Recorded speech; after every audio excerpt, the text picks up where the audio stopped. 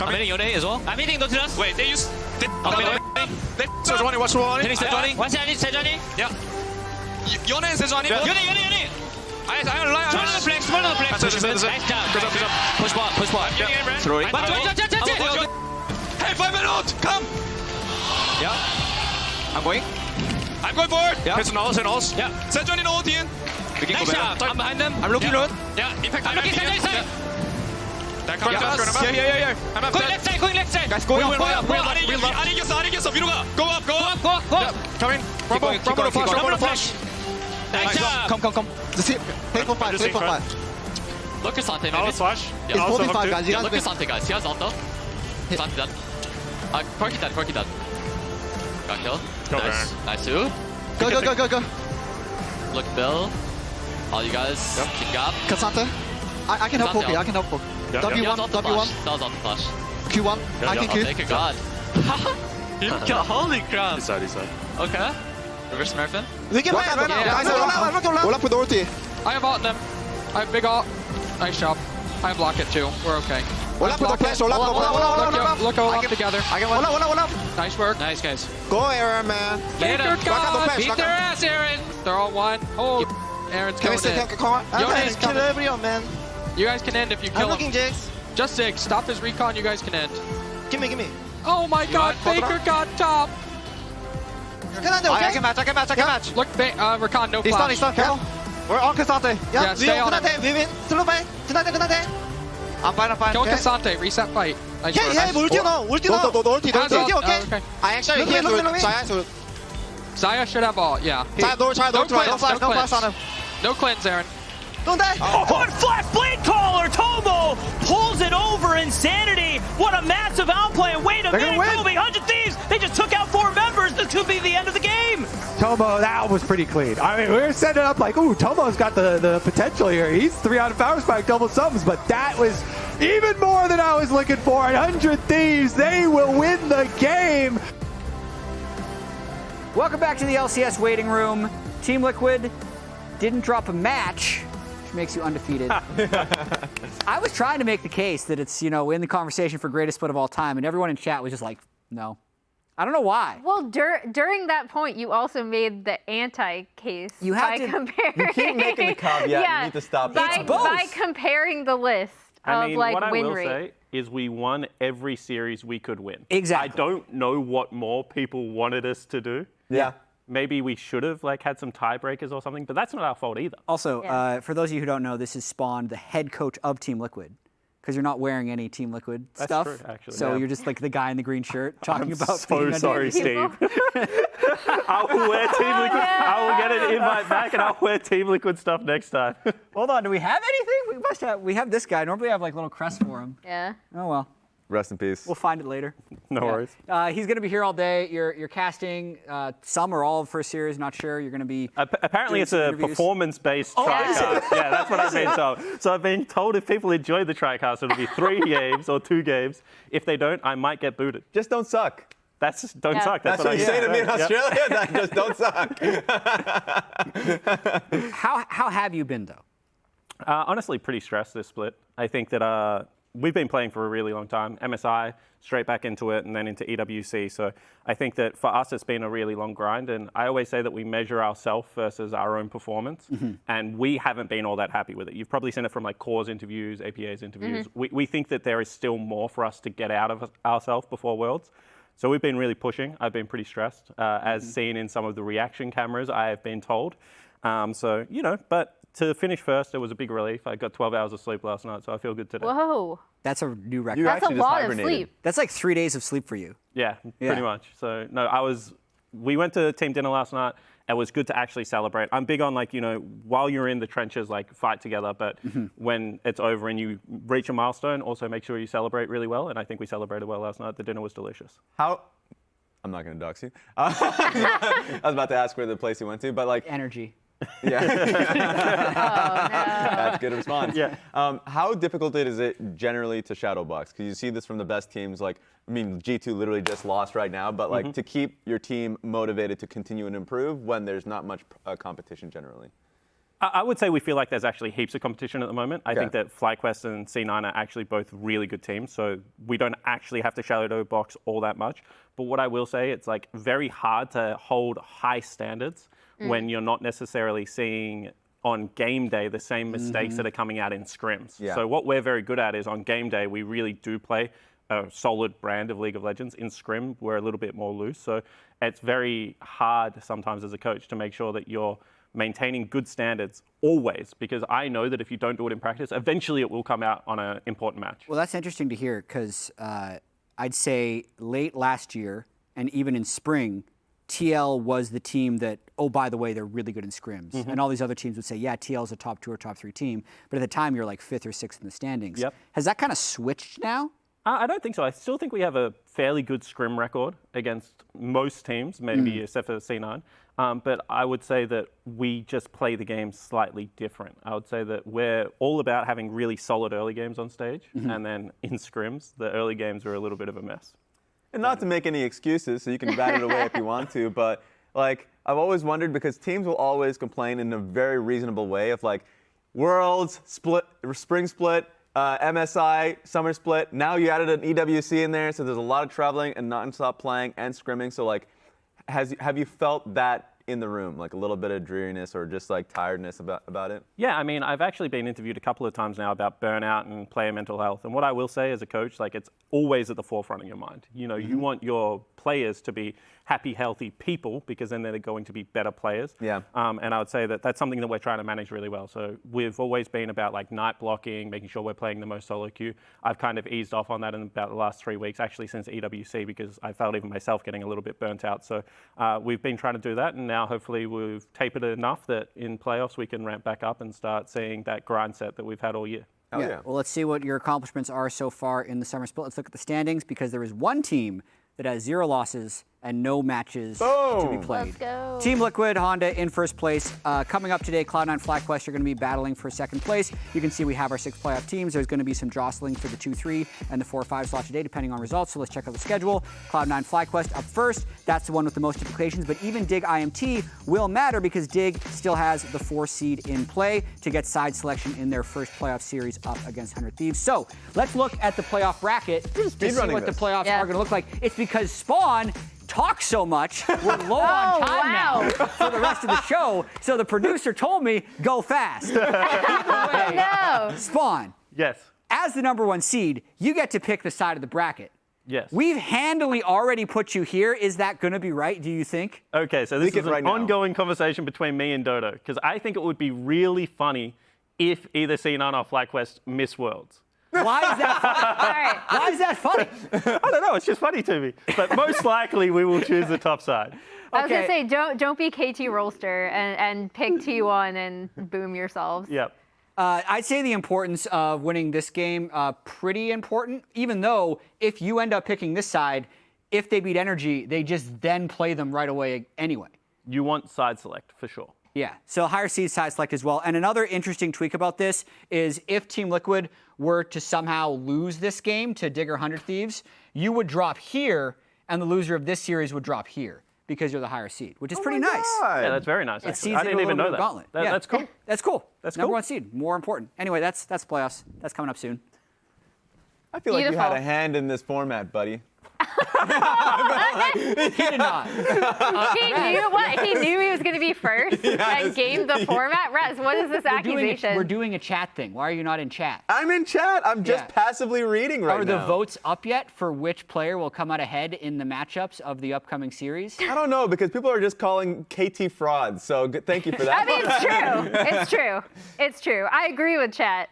So the votes KT are must highly be out there. fraudulent. The votes must be Yeah. out there for the series between FlyQuest and C9, so get your votes if they are in the chat right now, other than just flaming KT Roaster. I appreciate it. I appreciate the flaming KT Rollster too. Yeah. I You're flame a KT fan. Rollster. I know. That's part of being a What KT fans fan. do. It's Okay. what KT fans do. All right. It's true. Okay, C9 FlyQuest coming up. We also have Spawn, TL's coach, who beat C9 last week. True. And they also lane swapped. And Emily And loves I love lane swaps. Emily loves lane I'm swaps. the lane swap enjoyer. So she's here. prepped something about lane swaps. I I'd love to Oh know my what it gosh. is. Okay, so I liked the fact that TL lane swapped against C9. I thought it was a really good strategy for many reasons. As we play this through, what's going to happen is we're going to be looking at TL bot lane coming here, which means they are going to avoid this Ashe Braum lane here. Previously at level 1, they actually did blow both of Berserker summoner spells in addition to the heal from VULCAN. But even then, C9 will see that the lane swap is happening because Core is going to walk over this ward. The other thing that's going to happen though is that Impact is going to come down and harass and affect mid lane, which is going to set up a really, really good lane for APA going forward into this Corki Zeri matchup as we see that play out. I'm going to run through a few numbers, which is another reason why I just liked this lane swap as we see that harass coming down from Impact. Going into this series, C9 had a 2,600 gold lead at 14 minutes on average in the LCS. In this game 1, they had a negative 626 gold lead. So stopping C9's early game is also really important. This is game 2. I did want to point out that we are going to actually see, and talking to Blaber coming out of this matchup, he did talk about how he was really proud of his team to be able to essentially swap into, as my sleeve trolls the telestrator, he was proud of his team being able to swap into it, so they did get the duo lane here and the two top laners going against each other in bot lane. So I do think FlyQuest is also a big lane swap team. I think it's something that C9 are probably going to be looking out for. However, I did really like this strategy going up against C9 specifically because they're so heavily reliant on their early game. We've talked about how, Spawn, you have experienced players like Core and Impact who have seen a lot from lane swaps. And then also doing the thing from MSI where the top laner comes and harasses mid to get your mid laner in a really good position too. Yeah, and I'll just say every game's a little bit different. You know, at the moment, we like to kind of open up the map. I've said before that we see lane swap as a way to actually create action, not get rid of action. I think that in the past, when lane swaps was a way to just make the game very boring and standard. Raz is glaring at you right now. By the way. I love it. These are just lies. I mean, There's not a lot of action happening other than like maybe Dignitas players inting under turret. What about NRG one, where we killed Dokla literally 4 times in the first 5 minutes of the game or something? Their lane You may have invaded a little bit deep into Their your lane jungle. swap yesterday was really good too. Yeah, I mean, we want to create actions. I think we're the highest combined kill per minute team in the world. I'm pretty sure. So, you know, that's what we like about the game at the moment. Create some fights. I like that. I'm just going to have to look back at some of those balls. go count, Raz. Go count. Well, Raz, if you can't figure out lane swaps, I have just the product for you. Tell me. Are you part of 1 in 20 League of Legends players that have difficulty executing a lane swap? Many players are scared of the map not being the right way up, feeling pressured in the 1v2 lane, or simply not enjoying the extra quality time with their jungler. But I'm here to tell you that this breakthrough medication can provide you with all the euphoria that comes with executing a successful swap. Swapinol, the medicine that unlocks your mind so you too can enjoy a successful lane swap. Remember, lane swaps are not always about turret taking. They're about what map and XP advantages you can get from your opponents. Swapinol makes you never forget these key ideas. Besides, Swapinol comes with a host of other benefits. Hate Callista? Swapinol has you covered. Enemy team counterpicked you top lane, you need to get out of a bad matchup? Swapinol. Simply hate your team's top laner? Swap away. When you ask yourself, should you swap? The answer should always be yes. Swaptacular.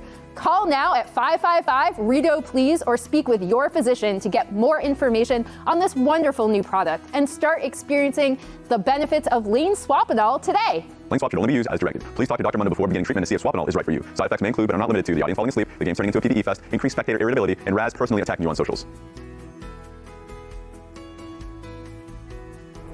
And I will do that, by the way. Raz has personally attacked me on social. I will do that. That's an encapsulation of every game we have to watch swapping, actually, between the two of you. It's just Emily pitching it like it's going to cure cancer. Talking about all the side effects. I think the moment we see a swap, we can just block the screen and not let it run.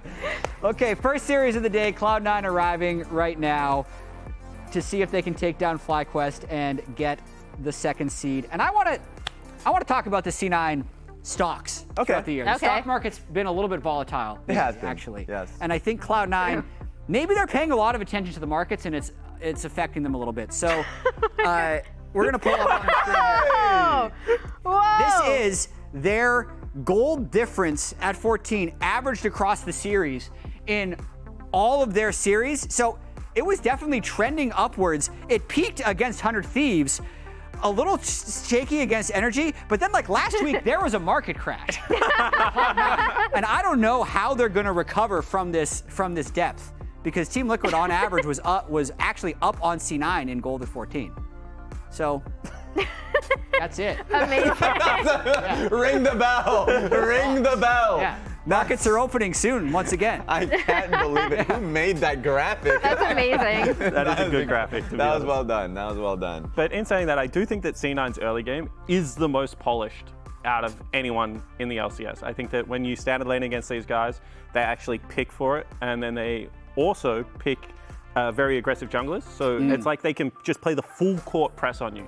Every one of their lanes just lanes independently, and then Blaber just kind of runs around and does whatever he wants to do, and it is very oppressive to play against. Yeah, and it's interesting because people just kind of have now accepted it and normalized it. Like if, for instance, if they're not having these major advantages, something must be wrong. Like Thanatos is a player who's come in this split, has been having some incredible laning stats, and that's been something that has been really kind of dismissed in a way from the community. It's like, yes, he's incredible in lane, but past that, he's clueless. Like they'll say things like these and walk past the fact that this is his first experience in a tier 1 region, and he's playing incredible consistently.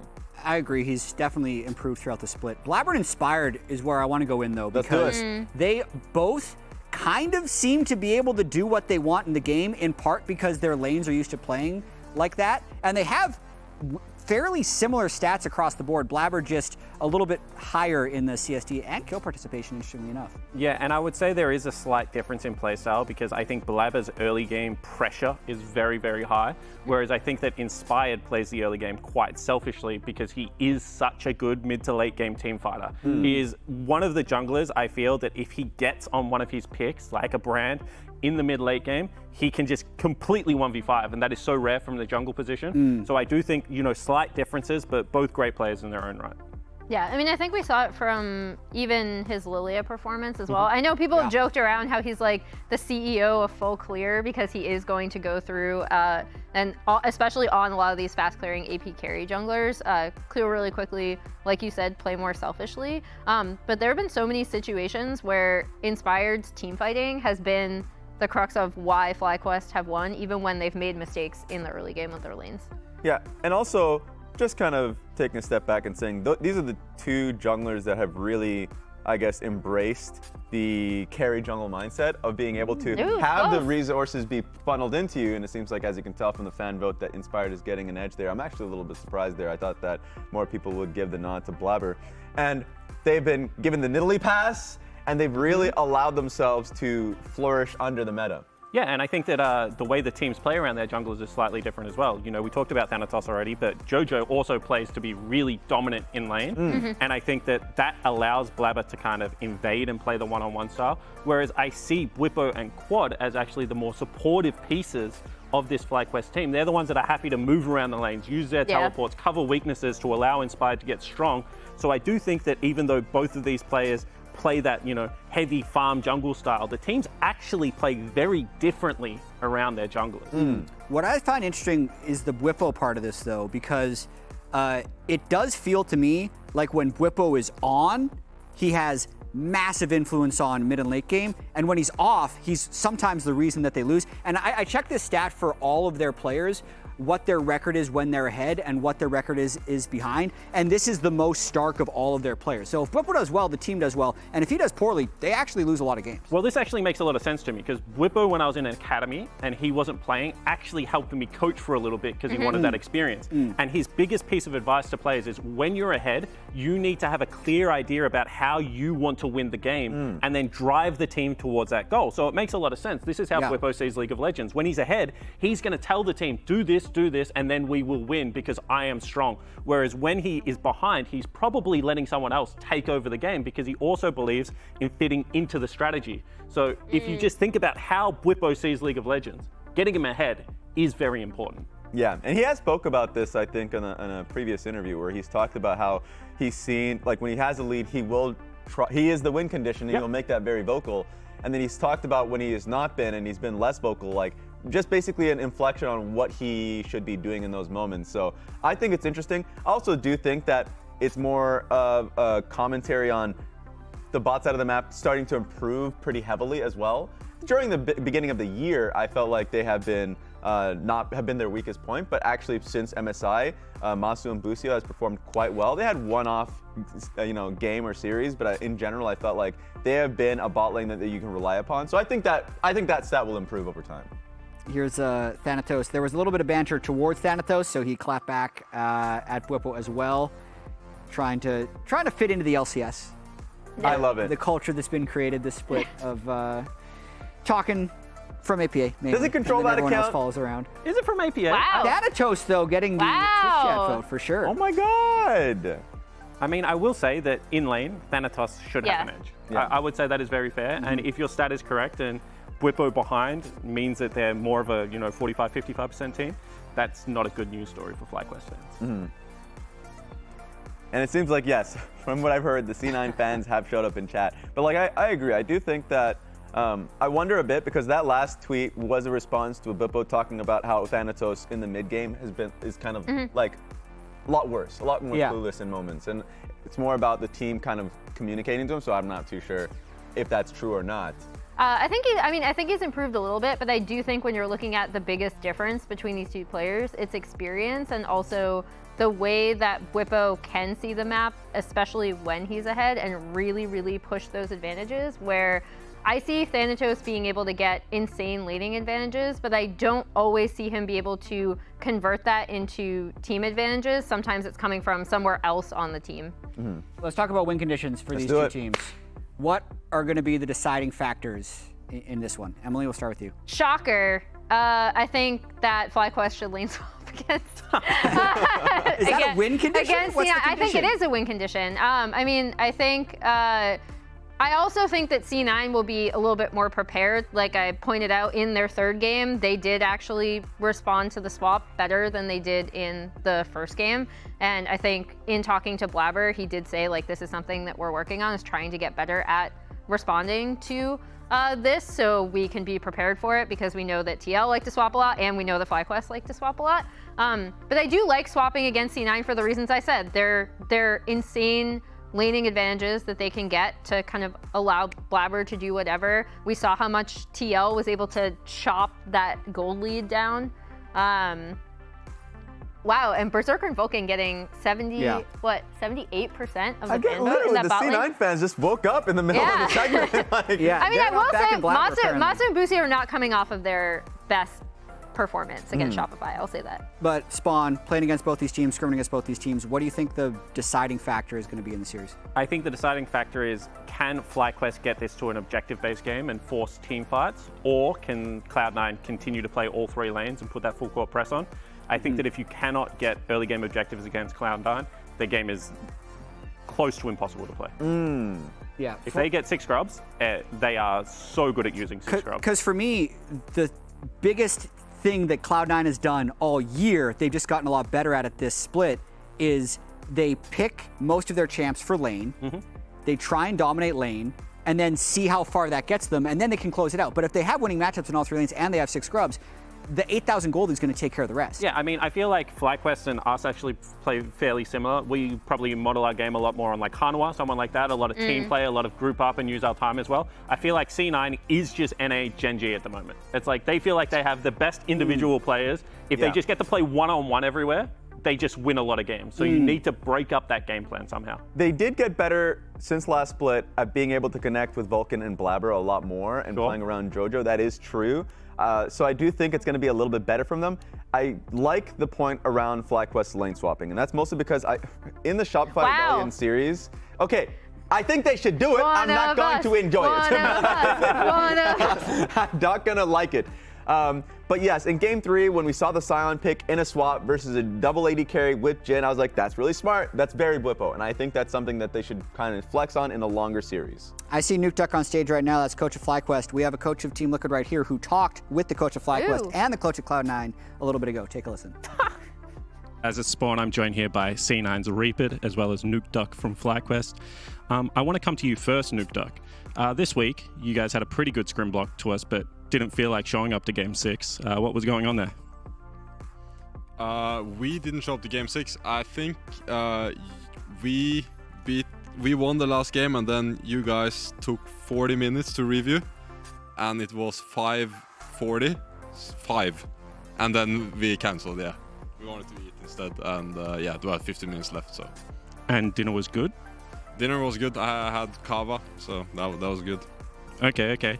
And we tried to give you equal amount of confidence this week in scrims. How are you guys feeling going into this week's games? It was pretty good. Like, we were pretty dominated in our scrim blocks. But I heard you guys have a 40-minute review, but you guys were asking us to reduce the review time. What's going on over there? It's a bit of battle at Team Liquid at the moment. Concentrating on this series, though, guys, because that's what it's all about. Second place means a lot. What are you guys going to do to win today? What we're going to do to win, I can't go into too much detail about that, but we're going to just try our best. We know like how they play, so we're going to try to win, and we really want the second place. And do you think their best is good enough to beat your best? Probably it is, but our best is I do believe that our best is a little bit more higher, and also I bet Rainover, your coach, TFT yesterday, I secured the first place multiple times against him, so I'm pretty confident we get second place today. All right, cool. Well, that's enough for this interview. I'm going to go find Rainover and get him concentrating on League of Legends, and we'll see you at the game. What? He's still thinking about it. Yes. Probably not. I was like, wait a minute, Reaper, have some confidence. No, that was so good. I enjoyed that. That was really funny. I appreciate it. What I will say about Reapid and what I actually think is a little bit different with Cloud9 is my understanding is that Reapid is the kind of coach that if you make an aggressive play and it fails and it's like a solo play, he's like, don't worry about it, go for it again, you'll get it next time. He really encourages that play style. So I think that a lot of people wanted a different Reapid to come in, like whip them, be like, play the 5v5 game. I don't think he's done that at all. I think he's been like, be better as individuals. You got this, bro. Believe in yourself. Go kill them all. I mean, that's reflected in like some of the other interviews he's given, right? Where he's like, I think if we're all just good players, we're going to play good League of Legends. Yeah. Minute left before we're tossing to stage. Let's look at the predictions for today's series. I've been on Team Cloud9 all year, so I'm not bailing now. Wow. And apparently I'm way more strongly believing than anyone. So than anyone. You are a C9 believer. Because I wanted to be the lone person right, and at the request of Spawn, because he told me he wanted to finish 4th, so he lied to me. Oh my God. Either way, they can still get second with a 2-0 here. I think it's just that early game that is going to be the difference if they do win, because they full core press you, they play winning lanes all across the board, and that would be the road to victory if they win it. Yeah, the one caution that I had with all the C9 hype coming into the last 2 weeks was just simply that they haven't faced the 2 best teams, and we're now kind of seeing how they are against really strong, objective-focused minded teams, and I think this is going to be a good test day for them. Yeah, and from my perspective, we played FlyQuest in week 1, so then you watch them play and it's like, they're making mistakes, this is a team, like, are they actually as good as ourselves in Cloud9? And then when I actually watch their games very closely, I'm like, maybe they still are just the second best team, we just haven't played them in 7 weeks. Yeah. Like, there's a good chance that they're still actually just really good, and not phoning it in, but it's just hard to get out of bed, like when you are playing some of the other caliber of teams in the league. Wow, Spawn. You've managed to do it somehow. You beat them all. So did these teams. You're going to cast in a minute, so get up there and talk about who's going to win during the cast. That's it from the lounge. Let's get into the games.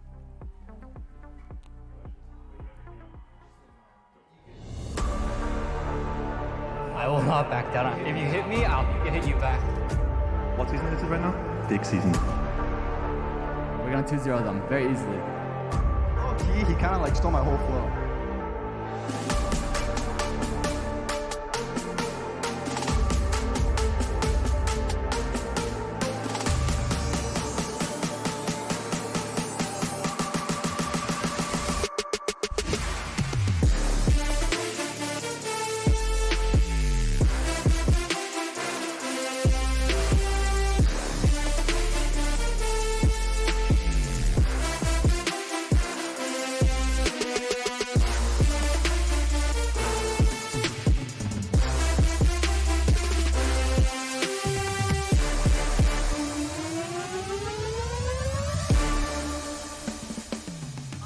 Welcome back to the LCS and the last day of the regular season. It's a battle for the bye as FlyQuest and C9, two teams that have only lost to #1 Team Liquid, face off for the right to claim that coveted second place spot. I'm Captain Flowers, joined by Kobe for this one, and a very special guest. Y'all know him as a coach. I've known him as a co-caster, and he's back on the casting desk. Please make some noise for Spawn from Team Liquid. He's not that special. That's what I'm saying. I didn't expect an intro like that. You've actually made me blush, Flowers. This is the first time we've cast together in like 6 years, I think. I think the last time we cast together as a trio, TL beat IG. That was a good one. Yeah. Oh, good job, boys. Yeah, that was badass. I said all of 3 words because I was the LTL representative at the time.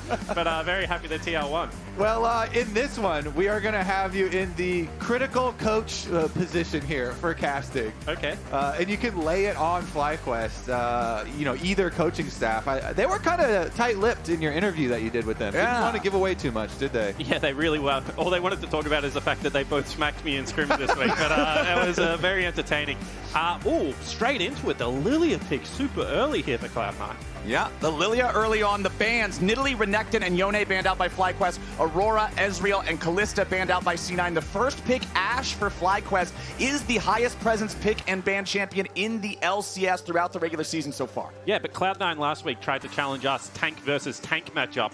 This week, it seems that they're happy to go carry versus carries. Jungle pretty much untouched apart from the Nidalee, which is very oppressive. So want to make sure that they have that aggressive pick here for Blaber. And this is a huge discussion in the community, especially because Inspired has been kind of controversial, but him getting this label of CEO of Full Clear, do you feel like that is a reason why they want to put Blaber in this position, get Blaber the Lillia really early on, because they expect Inspired to do this sort of strategy where it's pretty free for the enemy jungler? I mean, what we've seen is in fight-heavy regions like the LPL that Lillia has become very much the queen of the jungle. So I think that it's something that the LCS also likes to fight at the moment. So take the better skirmish jungler here. What's more interesting to me is the fact that FlyQuest hasn't responded with a jungle pick of their own. They're happy to take stronger lanes and make sure that maybe Inspired can get on one of those more full clear heavy junglers. And I mean, it kind of makes sense. You've got the Ashe to try to track the Lillia a little bit better if Blaber does try to go aggro. And meanwhile, they seem to be thinking the same thing you guys were. You got to be ready for those Cloud9 lane dominant type of picks, ready to answer those. The thing to me that really stands out is Quad on Lucian. He has been really exceptional just as an individual player in the last couple of weeks here, really melding with FlyQuest. But when you slam a Lucian into Corki, you also want a jungle that's really going to help this Lucian play aggressive in lane. That Lucian should get early push on Corki, should go for lots of harassing trades. Yeah, yes and no, but at the same time, you're not really expecting Lillia to impact the Corki's lane matchup all that much. More of a fight around the grubs, fight around dragon kind of pick. So I think that they would be very happy right now just thinking this is going to be a one-on-one matchup. And what I will say is whilst Jojo and APA have like that X factor about themselves as players, I do think Quad just fundamentally is actually one of the strongest players right now in the league. He makes very few mistakes when you're watching the game from a mid lane perspective. Well, Jojo definitely has made some mistakes, but looked pretty good himself. Nice sign. That is the widest sign that we have ever had in the LCS. They filled up the entire back row with wide Bwipo. And we're looking at some wide Bwipo picks pretty shortly here as they banned out his Scion, and they're safety banning the Camille. So that means he could go something safe like a Cassante. Camille has always been really good into that. Yeah, I feel like we almost never see the Scion ban, but they're paying respect over to Bwipo on that one. Misfortune and Camille banned out by FlyQuest. The brand also removed here by C9 as their first pick of the second half will be the Zeri. Yeah, and when you have Berserker on your team, Zeri becomes a very powerful pick. However, we did see in the LEC today that this Zeri was being used as a flex pick into top, into bottom lane, and both teams have kind of made Cassante very strong. And I know firsthand that Cassante versus Zeri is not a fun matchup. So I'm very interested to see what FlyQuest do here and whether this can remain a flex for Cloud9 or whether they're just going to give it back to the Berserker. Yeah, so far this is kind of my expected response from FlyQuest. Now is the question, is Thanatos a Merwin enjoyer? Let's see if they bring it all the way up. He's not. No, back to the Gnar, back to the Gnar. This is so much more standard for him and does give them some versatility. I am happy to see Inspired on this Taliyah, though. I feel like it is such a fun playmaking AP jungle. Doesn't have to really feed into like the Zyra and Lillia style there. There's a lot of CC on the FlyQuest bottom lane as well, where Massu and Busio, so we'll see if they can get anything done here as far as the setup. All right, Coach, I'm putting you in the hot seat. Which one of these drafts would you prefer if it was your job to say, hey, I'm claiming one of these, we got to take one of these under the Rift? I mean, if it's my team, I'm giving Impact Cassante because that's what I always do. Okay. However, I will say that Cloud9 really has drafted towards their strengths. I would expect Cloud9 to feel very comfortable going into this game.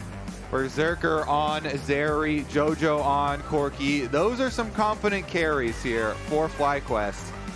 Super excited for this one. You guys were able to defeat both of these teams. What's your prediction, Spawn? I went with FlyQuest before the games. In seeing the draft, I do think this one is going to be the one that Cloud9 picks up. I think that just firepower in every role, plus a very quick clearing jungler. In my experience, when Cloud9 get a comp like this, they're very hard to beat. All right, we'll see if FlyQuest can answer the challenge. We heard y'all on the desk talking about needing to stop that Cloud9 war machine early, slow him down, keep him off of the grubs, keep him off of running every single lane. So my eyes are gonna be on these junglers, especially in game number 1, the Lillia versus the Taliyah. Kobe talking about Inspired being the CEO of the full clear. How much will he be able to get done in the face of Cloud9's early game? It's time to find out. We're on to the Rift for game 1 of C9 versus Fly. And as we load onto the Rift, I want to just highlight how crucial this bottom lane is going to be. Because I think FlyQuest's one area of strength is going to be this Ashe Leona lane. It should be uncontested in how strong it is early game. I'm just not sure FlyQuest fans would want all of the early game pressure to be on Massu and Busio to blow open the game through bottom lane. So much playmaking there, so much setup for a Taliyah to visit and get a seismic shove as well back. Yep. I investigated this title of CEO of Full Clear for Inspired because I've always thought of Blaber as being one of our most efficient junglers as far as the LCS goes. And in fact, he is only one camp behind on average to Inspired as far as the total Full Clear numbers do go. Oh, dang, that was... Can we go back to that first one and we explain those numbers first real quick?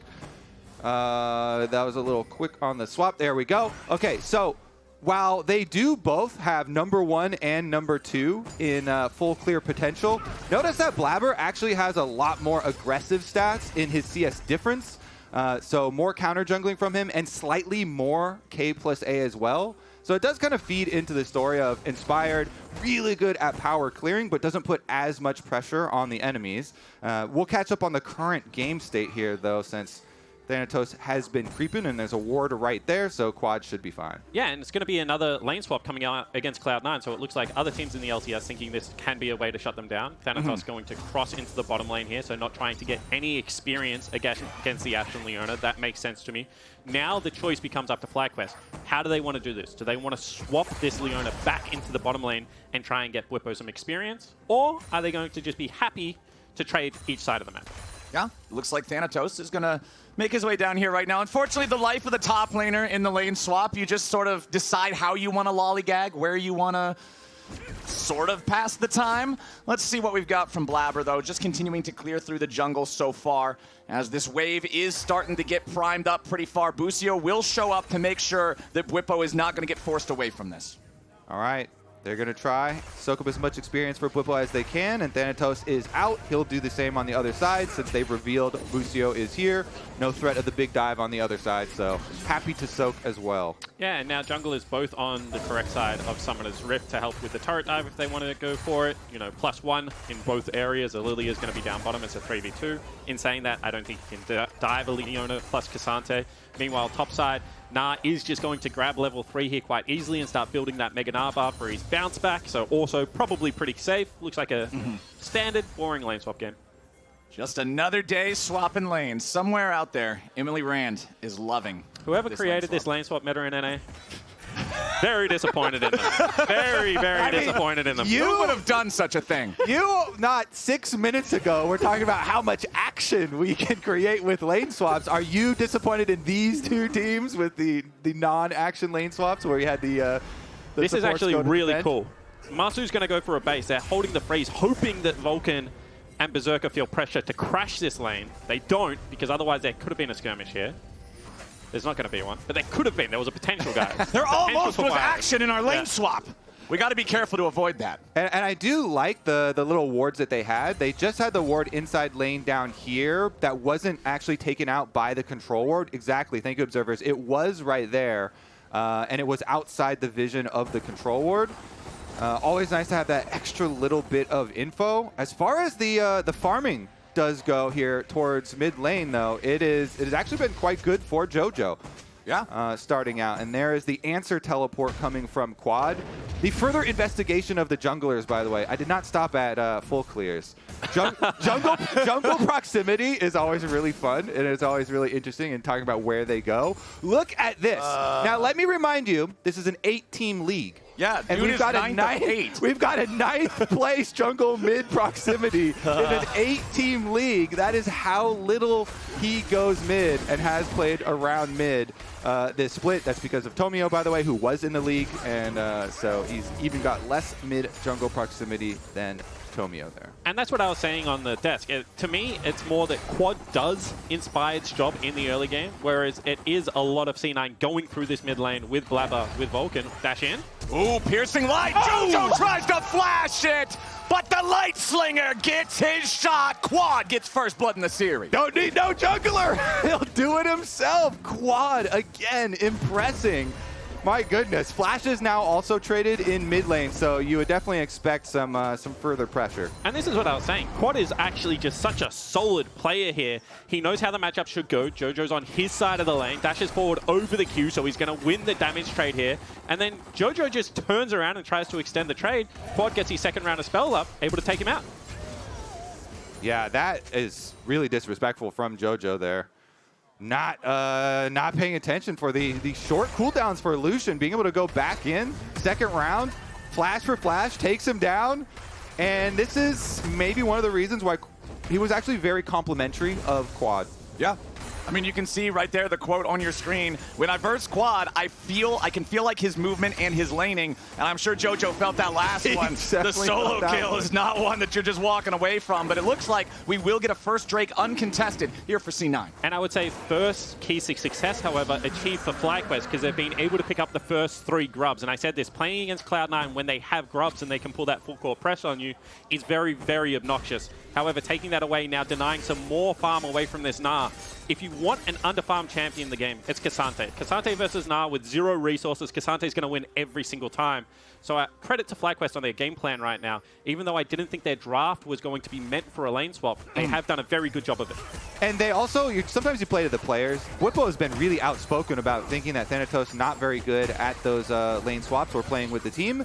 Bwipo himself is going to be the one escaping here from under tower as Blaber puts him to sleep and doesn't want to let him out. He's fine. Yeah.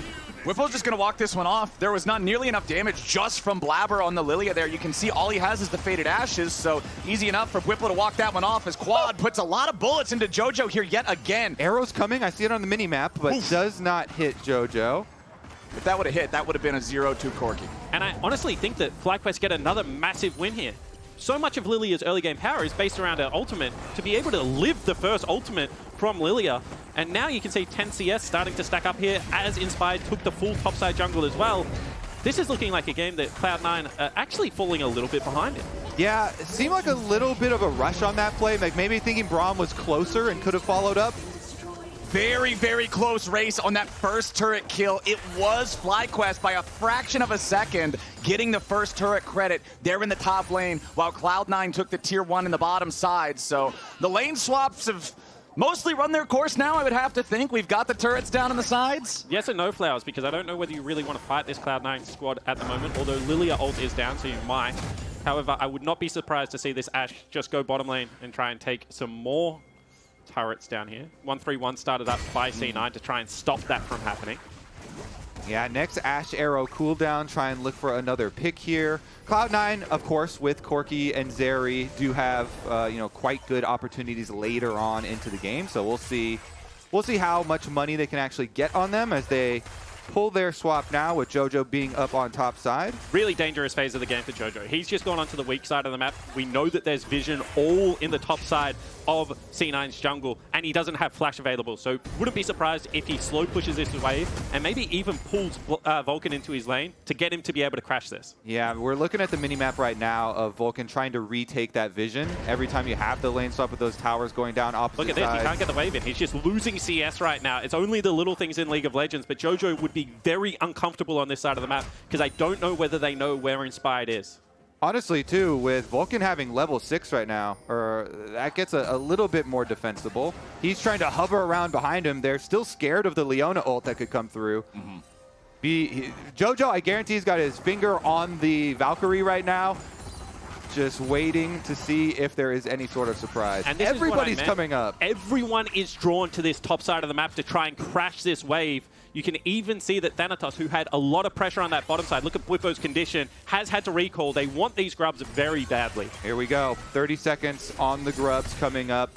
Bwipo does not have teleport, so FlyQuest, keep your eyes on Bwipo. If he starts to walk, then they actually want to fight it. He's recalling now, so could go for the reset, buy some items fresh, and then walk his way up here. This could be an exciting one, Flowers. Yeah, we've had a very quiet early game overall. The first 10 minutes, only the single solo kill in mid lane. 10 seconds until this second pod of grubs spawns. Remember that FlyQuest got all 3 of that first rotation. C9, all 5 players ready to stand and try to contest for this. The battle for vision is how we're going to start things off, with the first grub taking a little bit of damage. FlyQuest only needs to secure 1 of these if they want to be able to spawn the lesser number of the Void Mites. But right now, they've got total control over the entire set. Cloud9 looks like they're just going to take the opportunity to try to crash the wave into the tier 1 turret mid instead, as all 6 grubs go to FlyQuest. This controller right there does so much work. It allows Busio and Bwipo to just push them all the way off the grubs. They get their grubs.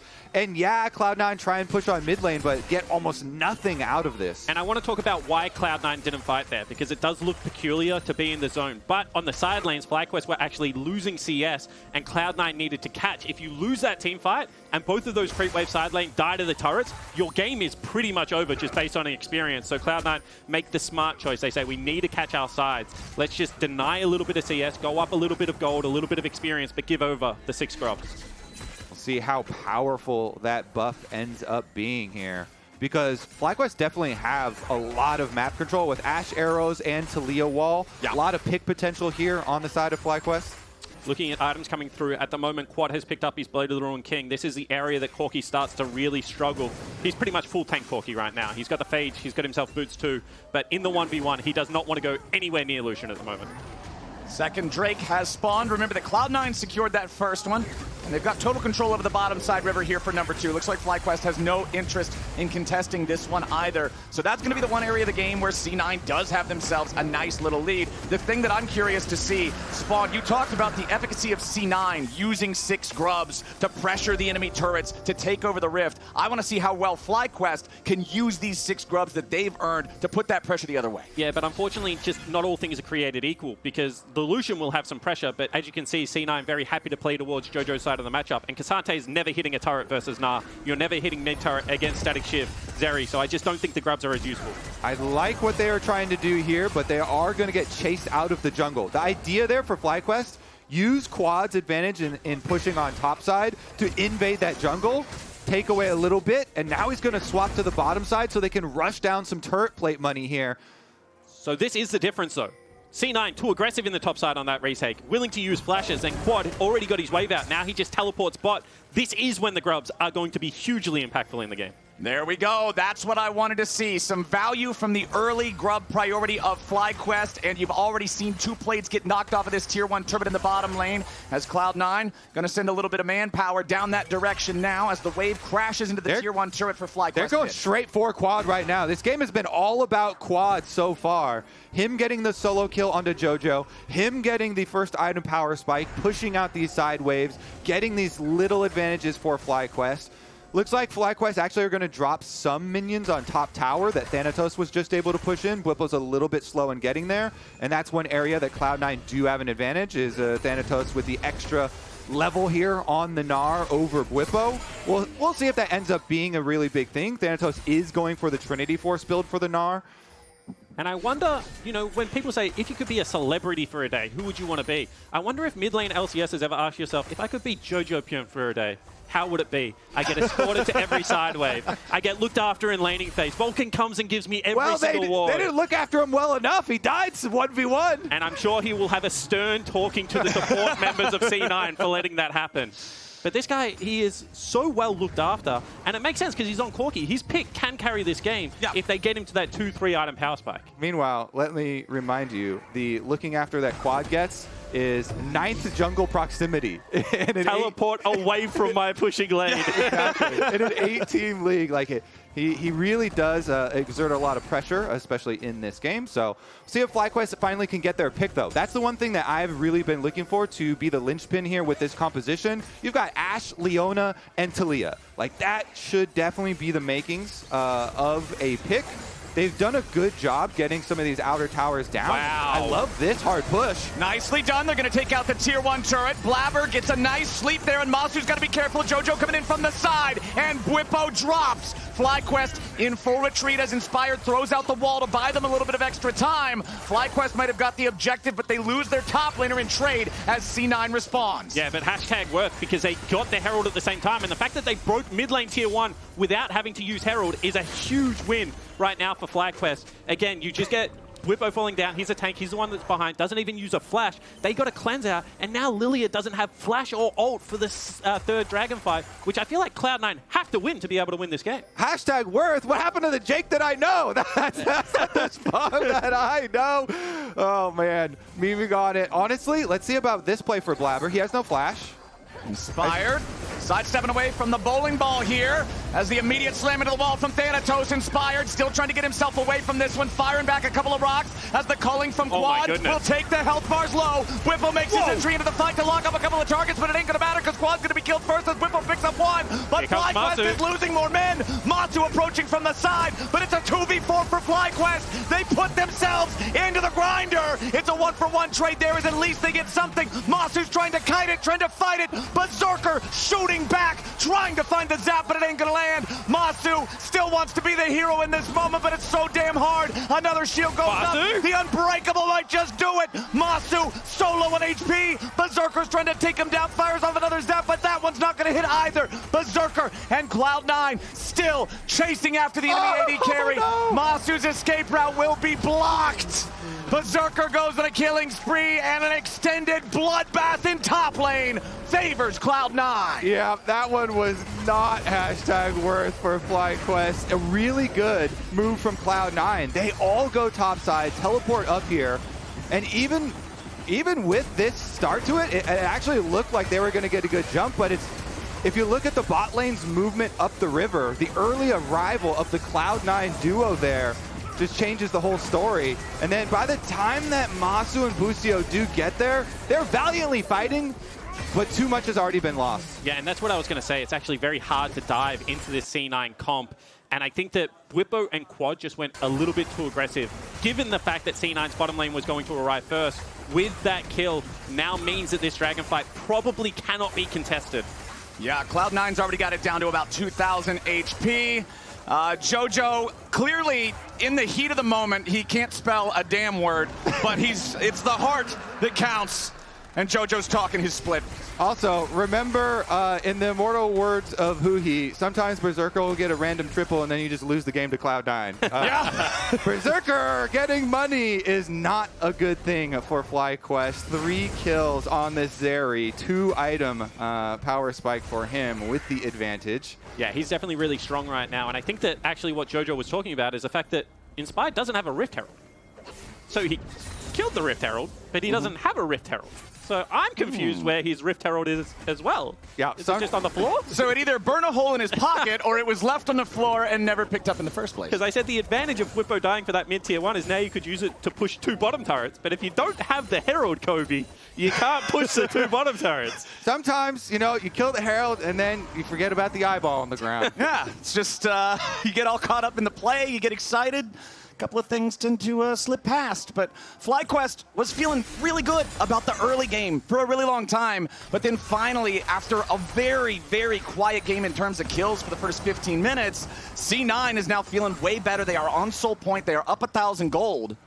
And they're the ones with Corki plus Zeri for later. Yeah. Like that is the warmest, snuggliest blanket that you can have here. Berserker on a fed Zeri.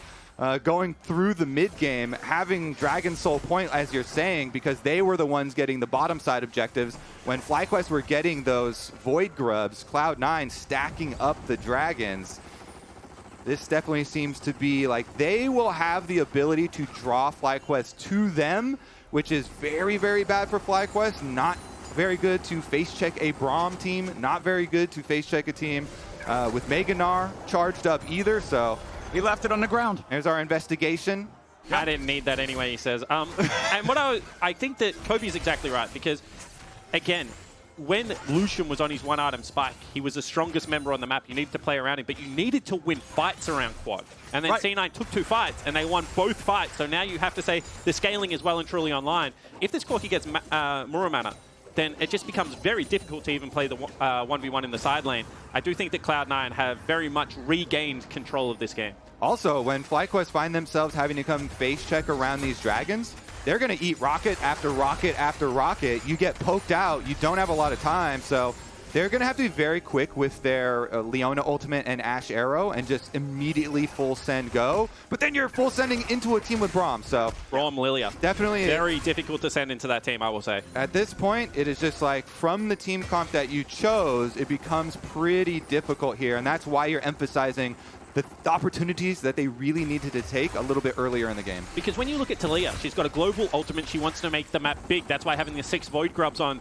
the FlyQuest side is so important. That's what we were expecting to see, a lot of side lane skirmishes. However, Cloud9 have made this now about the objectives. They've got themselves the sole point, so now FlyQuest do have to come and fight eventually. And look what FlyQuest have been doing now. They have Busio hovering quad so they can push out the wave on top side and still try and get that one pushing one. So then you get a little like 30 seconds movement timer here to look and sniff around, see if they could get anything with their possible pick combination. But good defensive warding from Cloud9 and Cloud9 not overextending. This Ashe arrow feels like a very, very long reach there. It's like that's one way to put it. That's a Hail Mary. That's a hope and a prayer. Okay, I'm being nice, but that's a cleanse flash Zeri, who has her own movement too. Like, yeah, and with the arrow flying over the creep waves, that has more chance of hitting flowers on the caster desk than it does in hitting Berserker on mid lane wave. It's pretty hopeful, but they're not going to find anything from it. Meanwhile, bottom side, that tier 1 will finally be taken out. So FlyQuest, they do have an advantage in terms of turrets, right? 3-1 as for what's taken by Cloud9, but it's under 60 seconds now. They're on this Drake. Drake. Yeah. C9. This could be it. This could be the trap. Yeah, they're going in after Bwipo. He's going to try to survive it as long as he can. He flashes away, surviving with 50 HP. Bwipo lives through it critically.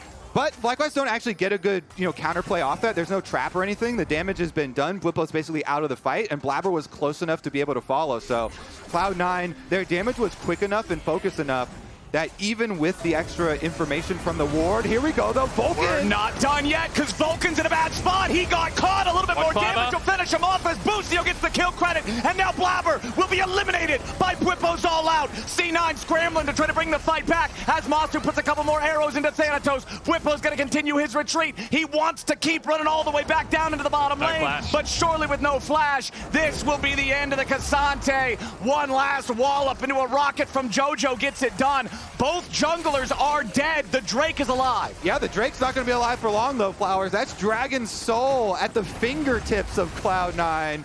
Should be effortless for them to grab this one, and that is going to cause some problems. The extra mobility here actually will be meaningful. And you can actually see the desperation starting to come out from FlyQuest, because this is the perfect start to the fight. It's going to be a face check from the Braum, who is supposed to absorb all of the damage, and he goes down pretty much immediately.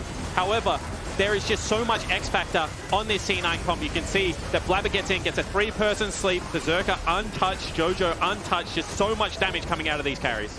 Yeah, Jojo going in there, chunking out quads. So now the Lucian chunked out of the fight. They can't fight it, and Cloud9 make the call, just chase down Bwipo. This time they'll be able to get him. Then they get the rewards of the Cloud Soul. Now, we ain't done yet. Busio leading the charge for FlyQuest as Jojo goes straight for the carries on the other side. C9 now retreating away from the culling as Quad provides an escape route for the FlyQuest players. And that's pretty much another 4v5. Blaber's just in his jungle, like hitting his red buff the whole time that's happening. You can see that FlyQuest believe that if they don't win the game right now on these item spikes, that they are just going to get outscaled. Yep, gets worse and worse. Cloud9, though, don't seem like they're giving anything up just yet. Jojo still has Flash. Berserker has Flash and Cleanse. Like, these carries for Cloud9 are so incredibly safe at the moment. One thing in particular I liked in Jojo's series that he played against you guys, Spawn, was he baited you a lot. When he was playing the Zeri and he had his flash up, he would play so aggressively, drawing your players in and then being able to flash away. But it was more of an offensive use of the flash in the way that he was able to bait people in, thinking that they would be able to kill him.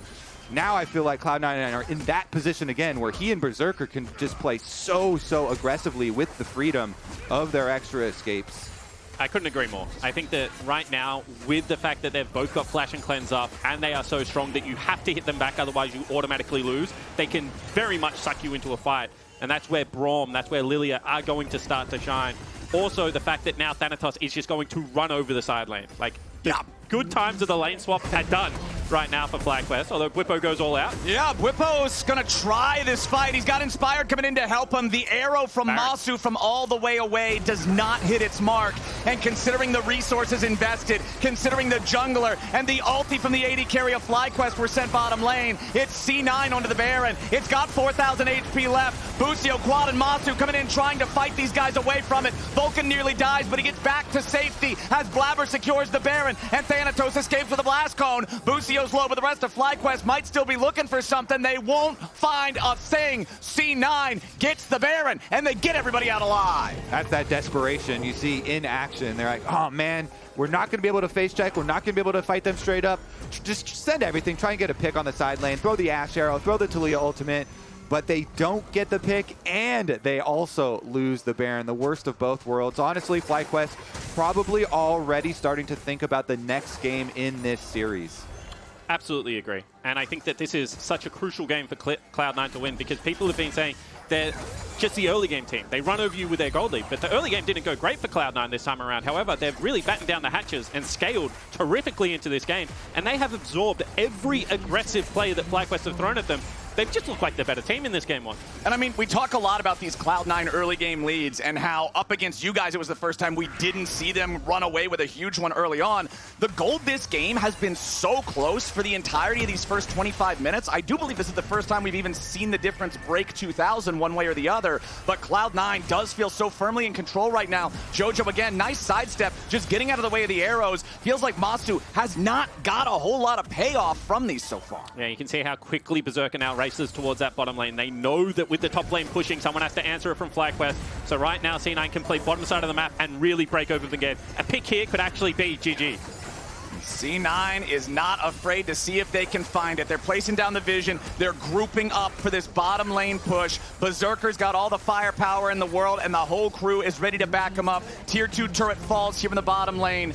That is the 4th turret taken this game for Cloud9. They are finally ahead of FlyQuest in that count. And gentlemen, a massive amount of restraint shown from Cloud9, because I think they're stronger. It looked like FlyQuest were challenging them. It looked like Quad was on top side of the map. He would have had to have teleported in. However, Cloud9, they just know they're winning. They will just win it slowly this time around. And it almost feels like Cloud9, you know, picking a kind of not Cloud9 composition, and the fact that they want to be the ones scaling harder. They want to hammer this lesson home to FlyQuest and just show them how methodical they can be and how much they can beat them without the winning lanes. So they're going to take their time. They are going to relax with it. They get their reset off. I think this is actually pretty big too. Berserker has the cleanse, and so now Jojo also has the QSS. So both of them have multiple escapes here for the Cloud9 carries. and they're really trying to hammer that home to FlyQuest, how little options they actually do have to them. C9's grip on the game is tightening, and FlyQuest is struggling to hold on to anything on this rift. You can see the Dragon, the Elder, spawning in under 45 seconds now, and it's C9 that are slowly picking these objectives off the map, making it darker, making that fog of war all the scarier for FlyQuest to try to check into. And just look how solid they are. This is why they didn't go for the aggressive fight. They want their summoners available for the Elder. Now they teleport onto the map. They're going to have that mid lane push. Now, FlyQuest, they have to choose. Can we go through bottom lane? Can Cloud9 race to end the game while we are setting up for the Elder? This puts you in a very tricky situation to be so far away from your base with an objective spawning, but so many Fed members on Cloud9 could just end it here. All right, pressure under the tier 3 turret in mid. Arrow flies through. That one's finally going to connect, but what does it even mean? It doesn't give them anything. They're rushing Elder. They're teleporting to Elder. They want to burn it. For FlyQuest's side. Inspired starting it up, but it's not like the thing's taking any meaningful damage here just yet. FlyQuest are going to call it off and scatter a little bit as C9 approach as a 5-man unit. Blaber is now going to engage the Drake himself as FlyQuest are still looking for an angle. They know they can't allow the Elder to go over. Busio the target here for the engage. He's just going to get destroyed by Berserker. C9 with a 5v4 as Inspired is isolated from the rest of the team, and Bwipo's trying to make some space for him. The Elder's not even the focus anymore as Bwipo tries to escape. Inspired's wall won't do a whole lot as Quad goes for the calling, but it's mostly blocked by VULCAN. Blaber's found his way onto Massu as Quad drops, and Berserker is unstoppable. A double kill for the Zeri. It's about to be even more, making a triple. Dread it, run from it. Berserker Zeri arrives all the same, and he's bringing the whole Cloud9 party wagon with him. That's going to be a C9 dub in game number 1 here. FlyQuest will have to reevaluate and bounce back in the next one, because Cloud9, this is now just a victory march down mid lane. And the way that they did it, the way that they've been able to pick up this game 1 is so unlike Cloud9. Such an impressive showing to just control the game. It was slow, it was patient, it was controlled, and it was exactly what they needed to go up 1-0 in this series. Cloud9 takes game 1. I think we will be looking at that fight that started in top lane after we came back from the replay of the force that FlyQuest did getting mid tower and losing Bwipo for it. That fight in the top lane, and in fact, it was the bottom lane of Cloud9 getting there first that really turned the tides. You know, big stuff from Berserker and VULCAN getting there, but also whoever made that call for Cloud9, because from that point, that gave them the item breakpoints to win their team fight. That gave them the confidence here to be able to fully scale this game out. Nicely done from C9. I also think that FlyQuest need to take a look at top lane, because even though the lane swap went very well, as soon as Thanatos got into the mid game and they had control over the side lane wave, you could see that Bwipo and Inspire just got more and more desperate as the lane progressed. I think that this C9 team, when they do have that side lane push, their decision making is very crisp. Yeah, and they didn't need any grubs to do it. You talked about how Inspired wanted to make the map larger, but it just could never happen. C9 played it clean. And a reminder to all y'all, the Kia fan vote is back. Now through August 18th, you can cast your vote for the Kia Awards, including All-Pro, Rookie of the Year, and MVP at KiaLCSAwards.com. Plus, participating fans can enter for a chance to win a trip to our upcoming 2024 LCS Championship. Terms apply. Now we're going to head on over to the LCS Lounge to break down Game 1. Hello, and welcome back to Lounge. I bet you think I'm going to break down a lane swap, but I'm not. I'm actually going to break down what I thought was the game-breaking play from this series, which they're pretty even at this point. C9 is going to end up pushing out this mid wave here and then go in for vision on the top side. We also see jojopyun setting up here to be able to chew through this top tier 1 turret, and he's been set in a really good position off of earlier C9 map movements. The other person I really want you to watch here is Inspired, because he is going to use his ult down to go after this play where Bwipo is trying to get onto Thanatos, and C9 are immediately on the Baron. And they essentially get this for free because Inspired has no ultimate. Bwipo's teleport is still down. And they recognize that they can just get this completely for free. They get out with all 5 members alive, even with VULCAN being able to taking a lot of damage there as Braum. That's literally his job. And I thought this was just a recognition of C9 at a point where the game was so very close.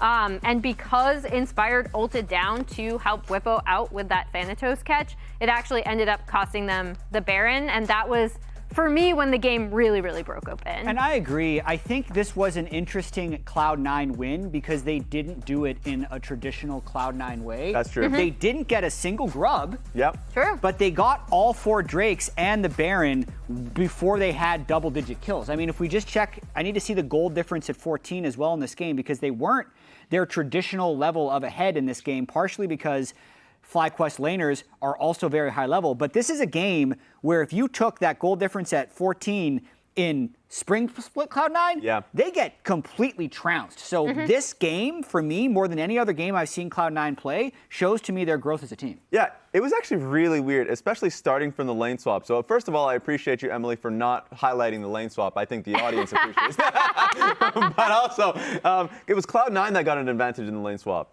And then FlyQuest actually ended up taking you're right, 6 grubs, and then ended up getting Herald, not picking it up. So that's the one thing, that sucks, is that you ended up forgetting about Inspired takes the Herald, forget picking it up the actual buff.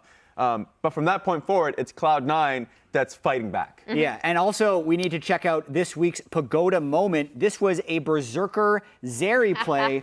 As Flower said, dread it, run from it. Berserker Zeri always arrives, picks up the first kill on Busio. This is this game-ending fight when they already have Cloud Soul.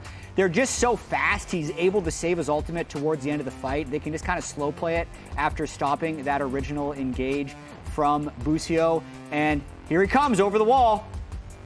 Yep. Berserker Zeri is always kind of a treat to watch. Like, Zeri in general is incredibly strong right now, can be played in 3 different lanes. But then I think the big thing for me, and this kind of is about the lane swap, it's about how C9 responded to it, right? Because we did see Thanatos going down to harass after Massu had harassed mid to try to get JoJo in a really good position. The most important thing was not only Drake stacking, but both JoJo and Berserker were in really good positions coming out of the mid game. Yeah, Cloud9 take game 1 against FlyQuest. FlyQuest going to have to bounce back in a big way. And to help us celebrate the last day of the LCS regular season, send us photos of you and how you show your LCS and LoL esports fandom using the hashtag #TalkYourSplit. Also, shout out to this ex-user, KB Levy. He's the most impressive. That's ridiculous. Yeah, that's also questionable how he got some of this stuff. Those are desk crests from MSI and Worlds that he has on there. He's got some really wild stuff in this picture. Grounds, it's impressive, but send us your collection with hashtag #TalkYourSplit, please. And game 2 of FlyQuest versus Cloud9 to see who gets that number 2 seed is next. Dedicated fan or a mastermind thief? Both. Both. Oh, look at this. No shot. No, he's got to try again. You good, dude? They're watching. Hey, man, chill. I got it.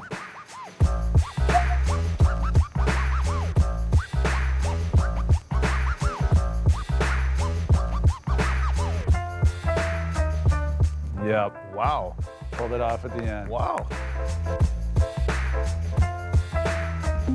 Not bad. Not bad, not bad. Red Bull gives you wings.